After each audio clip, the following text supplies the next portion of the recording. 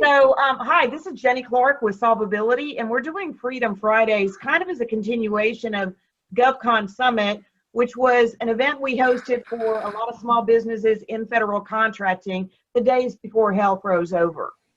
So what we've been doing is reaching out to people that are part of that community and saying, hey, let's do something online so we can stay in touch. And I reached out to Leslie Faircloth, who was at GovCon Summit, and said, what do people need to know? So I'm going to turn this over to Emily Harman and let her run the show from here. Go ahead, Emily. Okay. Thank you. I really am happy to be here, and I enjoy doing these calls, Jenny. It's fun. I wanted to just say a couple things before we get to Leslie. I participate every Friday from 11:30 to 12:30 on a call that NDIA has, the National Defense Industrial Association. They've done a survey that's been put on LinkedIn, the results. They surveyed small businesses. They're trying to help be a voice of small businesses to the policymakers, to Congress, as well as to DOD. And just wanted to highlight a couple of things that they talked about on the call today. One was companies were just saying that, you know, they've got to put every dollar that they can and all their time focused on finding revenue and their dollars towards their employees. So they're really concerned about implementing CMMC, cybersecurity. I don't get the feeling when I was on a call last Friday with Katie Arrington on a webinar, I don't get the feeling they're going to slow down CMMC.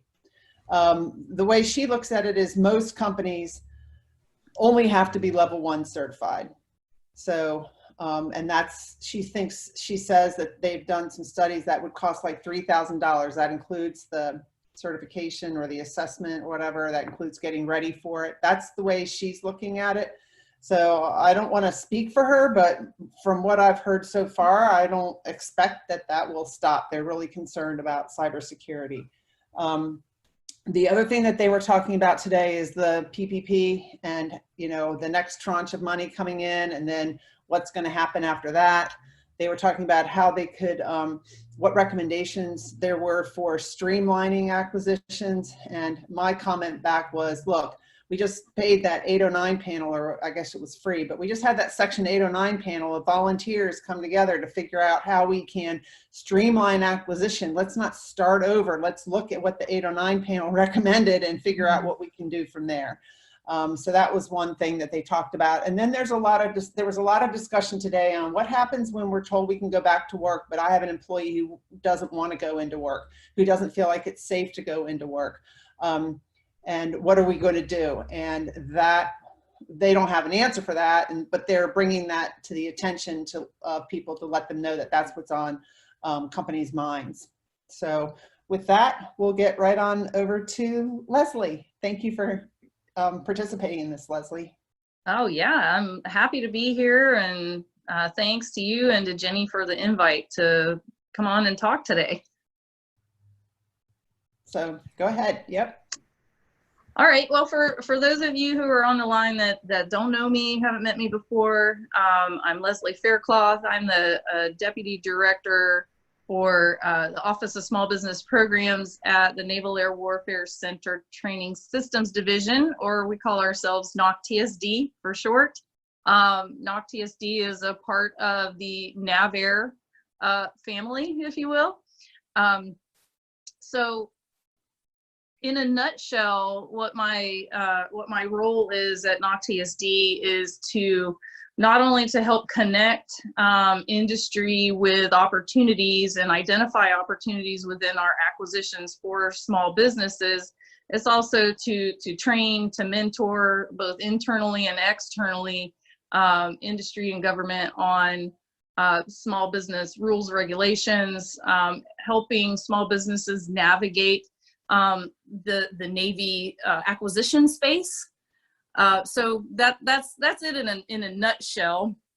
I could go on and on about the different things that I do to support small business and NAVAIR in particular, but I think the focus of our conversation today, I'd like to just touch on a few things that NAWC-TSD is doing, that I am doing with some of my teammates to help us all stay connected during this time and to keep supporting our mission of getting things out to the warfighter. Our NAWC-TSD is particularly focused on training and simulation.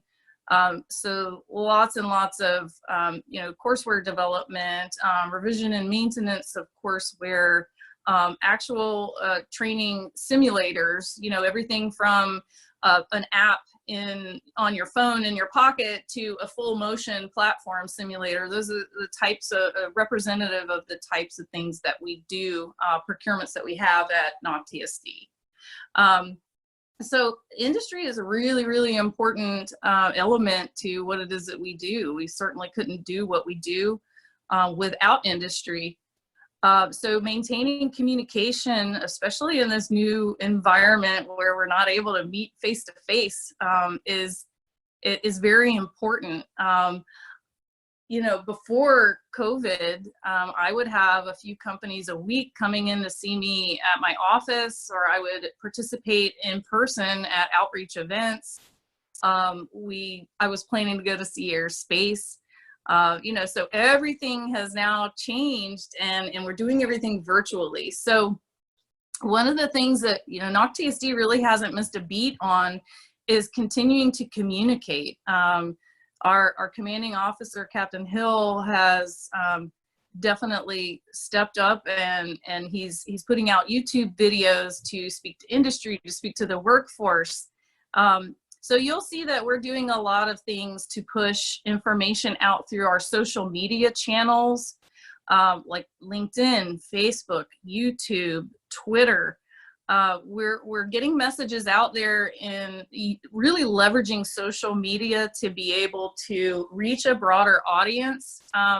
So hopefully if you're aware of any folks out there in industry that are kind of old school and they're really not feeling the social media, now might be a really good time for them to open up and embrace that, that kind of communication methodology. So in addition to the social media, of course, we're also participating in webinars and virtual conversations using whatever we have as our collaborative environment tools. Sometimes it's using a Zoom call, and other times it might be something that's, a little bit more secure, of course, depending on the topic. So yeah, what we're doing, we're really trying to get out there and just move forward.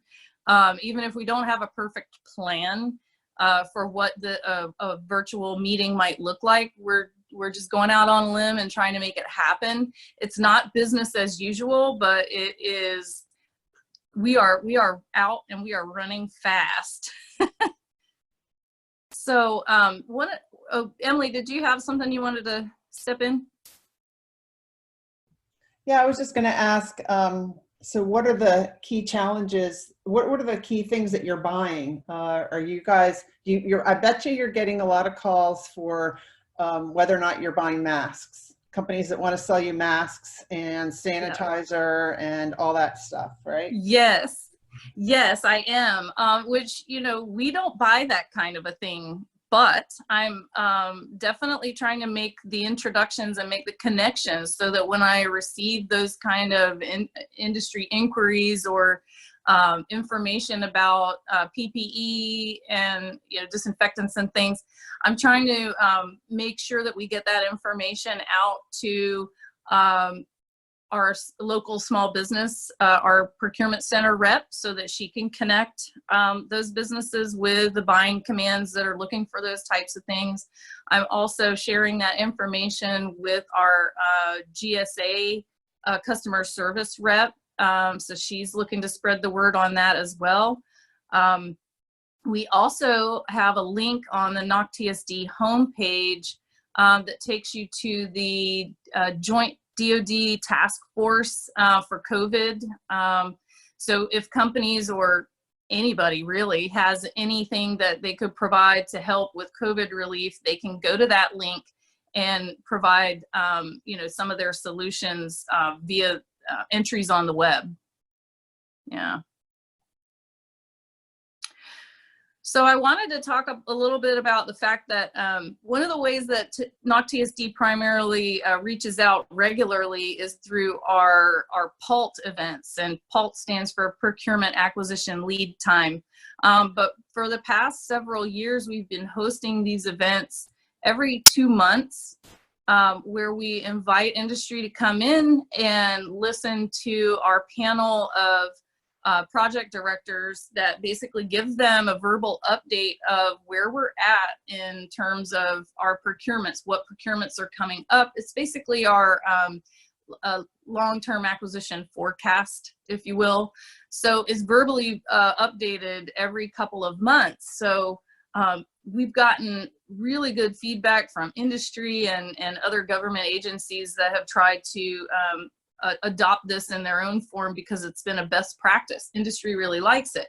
So how do we do a PALT virtually, right? So since we can't gather together in person right now, Diana Teel, who is NAWC-TSD's industry outreach coordinator, she is kind of leading the way on how to how we can use oops, sorry, I got some feedback there. Somebody can go on mute, please. Sorry, so Diana is leading the charge on setting up our next PALT event virtually. So we're scheduled to have our next PALT event on May 12th. And I believe Diana might be on the line, so I don't know if she has any updates for us that she would like to share. Details are a little sketchy on my end, but we're moving out. So I don't know if Diana's there. Do you want to chime in for a sec? I'm here, Leslie. Yes. So the details are sketchy on my end too, just to let you know. So this is a work in progress, and I keep on saying unprecedented times require some innovative solutions, and this is our innovative solution. So I'm setting the stage, setting the expectations for industry to have some patience with us on this. So we've got the announcement out, and I think it's sam.gov, right, Leslie? That's how we put it out? Yes, Beta Okay. Sam. So we've got the announcement out officially on Beta Sam, or whatever that is. We also have it on our external website, and then I think if we haven't posted it social media, it will be going out on social media also to let our industry know we're having that, and this is how you participate. So what we're doing this time is we're requiring everybody that wants to attend to register in advance. That way we can understand who's going to be there, and there's a limitation on how many people can participate. So, and I forget what that limitation is. Our digital director told me a couple of times, but it's a few hundred maybe. So you have to register, and you have to go use one of the link that's either in the SAM, the Beta SAM on our external website, or if you see it on the social media. It's basically an email that comes into us, and then we'll send you a link that will say, here is the way to participate in this event. And we're going to ask you if you want to come in via the computer or via a phone call, because I think we have different requirements for each of those. And once we get through those logistics, we're looking at having the event in sort of the same format we always do. It will be a little better curated. So it won't, I mean, usually we just have the PDs go down, or program directors go down the list and provide their updates.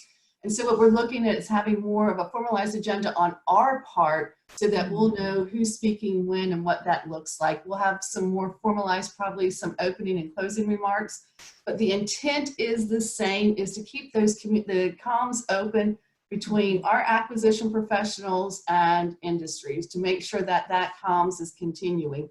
So we understand it's not as good as being there in person. We are listening to industry. We do know that y'all want to have this communication, and it's important to us also. It's like Leslie said, industry is our partners. We do not field anything without industry. So it's really important to us to keep this communication open and flowing too. One of the things that I think is really important in listening to industry and to our acquisition professionals is that networking. The meetings that happen during or after the PALT, that I don't know that we're going to be able to implement, at least at this time. But we're going to, at least we'll have that dialogue, and then there'll be some follow-up in a different manner. I hope that answers some questions. Over to you, Leslie. Yeah, that's great. I had a question. Oh, go I was ahead. wondering if you would be, because when people are there in person, they kind of get to meet other people. Maybe you can at least share the attendance list Mm. with the people that are on the phone or on the call, and then they at least know how to reach out to one another. I don't know if you could do that or not. That's a great idea, though, Emily. I don't know if we can either, but what we can do is ask people when they register, when we Yeah. send that link back to them, if they would be willing, if they want us to do that, and then we can go through legal in-house and make sure that they're cool with it. Thank you for that idea. You can do that. Yeah, if you ask or let them know, yeah, I think you can. That would be helpful, and people know who went and can interact with them. Yeah, thanks. That's a great idea. We'll do that. I'll take that for action. Yeah, this is real-time problem solving.